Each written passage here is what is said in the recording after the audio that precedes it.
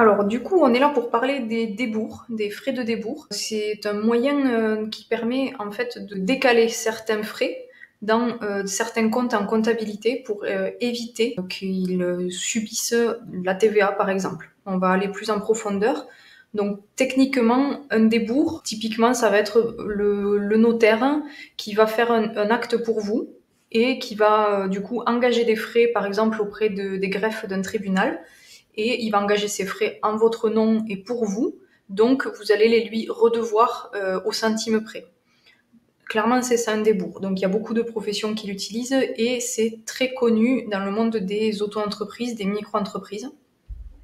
Parce que c'est particulièrement adapté pour les micro-entreprises qui, elles, ne peuvent pas déduire des charges comme une société, en fait.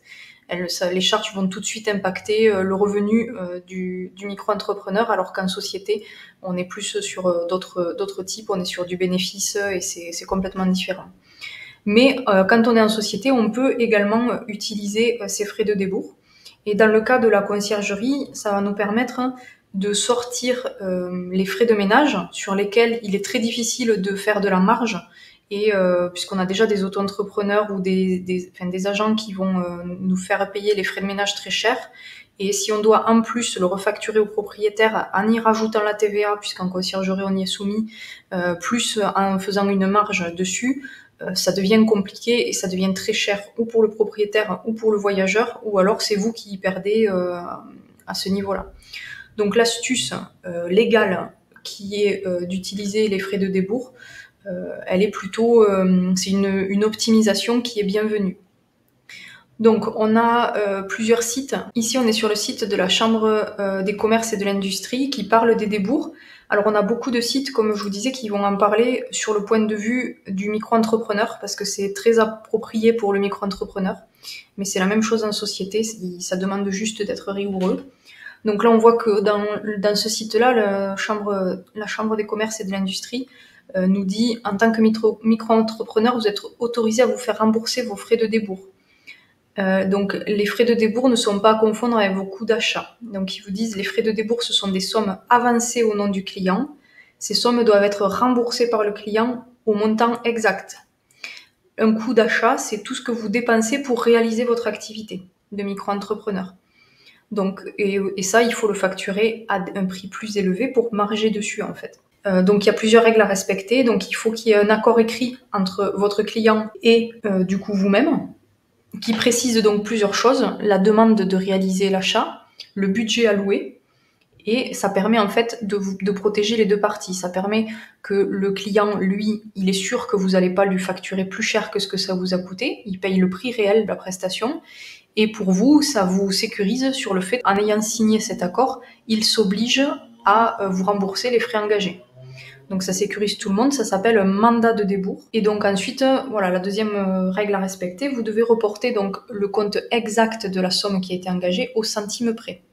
Ça c'est une des règles, vous n'avez pas le droit de faire de bénéfices, de marge sur ces frais-là, et vous n'avez pas le droit non plus de les refacturer moins cher au propriétaire. C'est vraiment au centime près. Et il faut absolument qu'il y ait un justificatif. La facture d'achat de la prestation doit être au nom du client et pas à votre nom. Sinon, c'est une facture qui vous est adressée à vous et ça peut pas être un débours puisque le nom de celui qui est sur la facture, c'est vous, donc c'est à vous de payer la facture.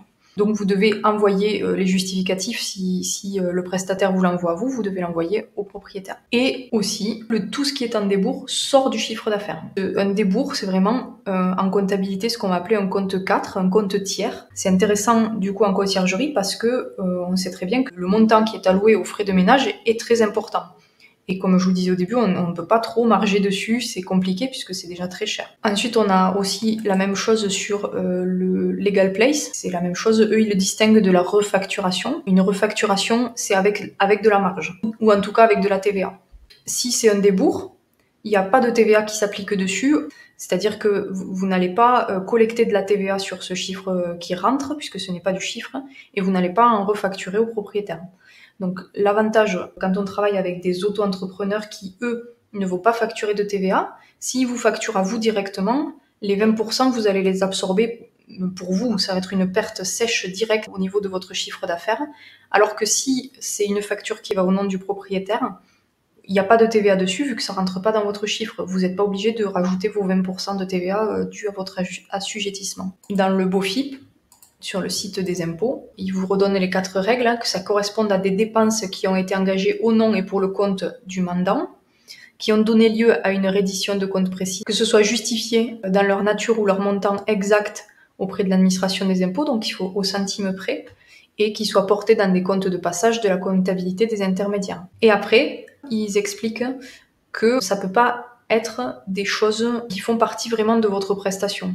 Donc ça sous-entend que pour nous, dans la conciergerie, on va être aussi obligé de revoir peut-être un petit peu notre contrat de conciergerie pour que dedans n'apparaisse pas que c'est nous qui faisons le ménage. Et c'est une petite subtilité, mais qui va vous protéger par la suite. Il faut donc plutôt écrire qu'on coordonne le ménage après chaque départ de voyageur, plutôt que de dire que notre tâche, c'est de faire du ménage. Parce que si votre tâche, c'est de faire du ménage, ça peut pas être un débours. On devient une conciergerie qui ne fait pas de ménage, mais qui à une action de coordination. Et là, c'est complètement différent. Et de toute façon, c'est la vérité, puisqu'on ne fait pas de ménage. À part au début, quand on lance notre entreprise, où ça peut arriver qu'on fasse nous-mêmes du ménage. Donc maintenant, je vous écoute pour les questions.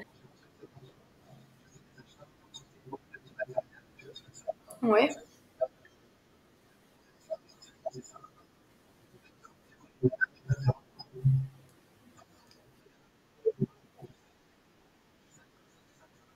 Alors, surtout, par exemple, si tu vas chez Leroy Merlin et que tu achètes, je sais pas, une plante déco, je pense pas que tu sois obligé d'avoir un compte pour ton client chez Leroy Merlin. Il faut que tu demandes une facture au nom de ton client.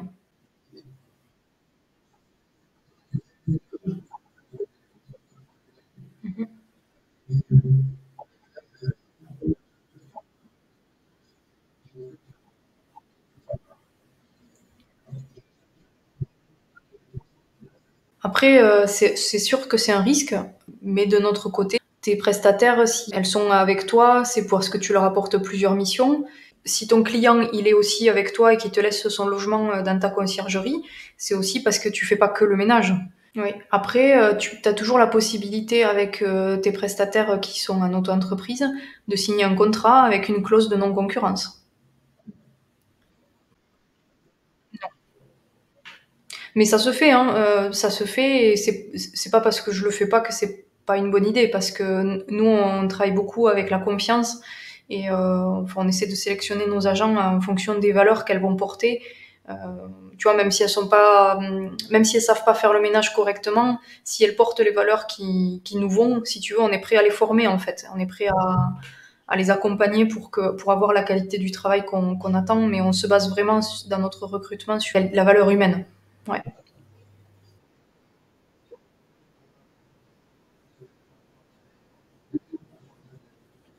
Alors, si, ça dépend, parce que si, tu vois, nous, par exemple, on travaille avec une blanchisserie professionnelle qui nous facture de la TVA, donc c'est pas vraiment un souci, si tu veux. Il n'y a pas ce problème-là de 20% en plus qu'il faut arriver à caler quelque part.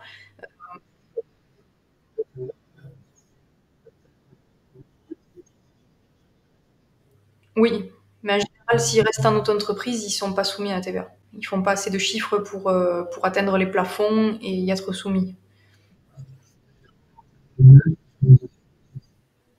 Alors voilà, si tu as des sociétés, il faut qu'elles soient en auto-entreprise, les sociétés. Qu'elle te facture au nom du client, parce que la société de ménage, elle va te facturer de la TVA, donc ça perd son intérêt. Ça, c'est vrai que le débours, il va être bien pour un modèle, un business model, celui où tu travailles avec des auto-entrepreneurs.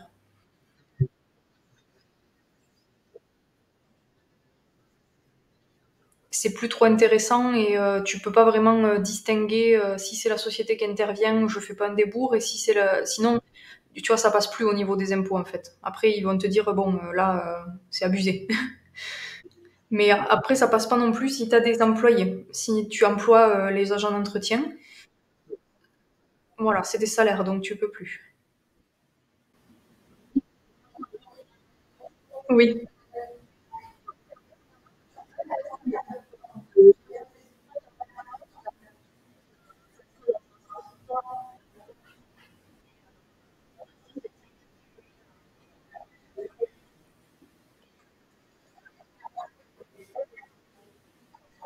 Si c'est des logements que tu exploites pour toi-même ou en sous-location, le frais de débours, il est beaucoup moins intéressant parce que toi, ils vont te facturer toi. C'est toi qui reçoit la prestation de ménage.